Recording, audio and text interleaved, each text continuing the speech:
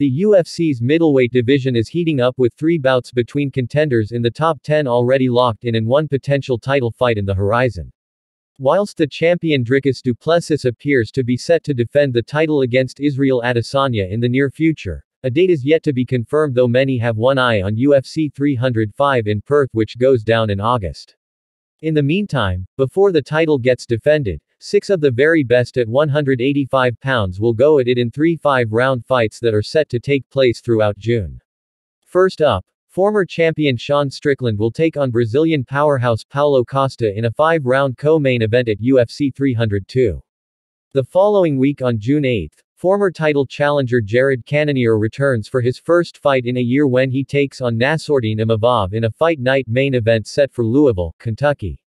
Last but not least, the UFC heads to Saudi Arabia for a blockbuster showdown in the desert between the always intriguing Khamzat Chimaev and one of the best to ever do it at this weight in Robert Whittaker.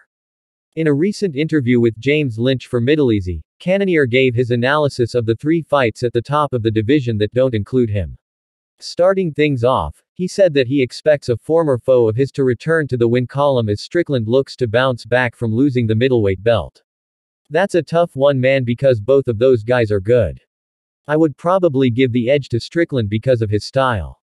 It's not as traditional as most people are used to. On top of that, he fights with pressure. He's so used to fighting that way against so many different looks that he's seen in his gym that he can implement that against anybody.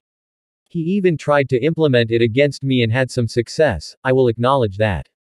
But I would give the edge to Strickland unless Paulo can catch him and keep catching him and get into a good rhythm and keep working on him. But sometimes I feel like he will tone down the tempo so he doesn't get too tired too fast, because when he goes, he's pretty explosive, so he goes pretty hard.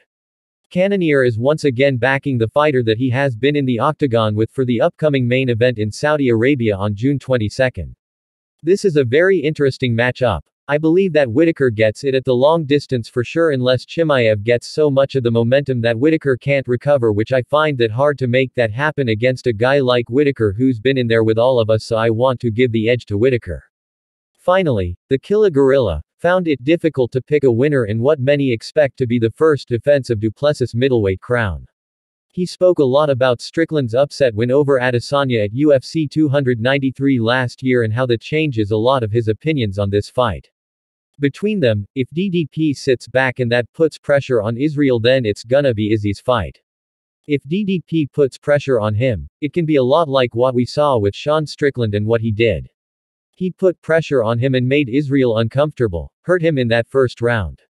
I think DDP definitely hits harder than Sean Strickland. He probably hit harder than Israel too, but he has more weapons at his disposal than Strickland had in that fight against Israel. He's got some good kicks, so that fight can go either way, man. When Sean fought Israel, we was all like, Israel's going to do this, Israel is going to do that, and then Sean went in there and did what Sean does, so we can see either happen if or when they fight.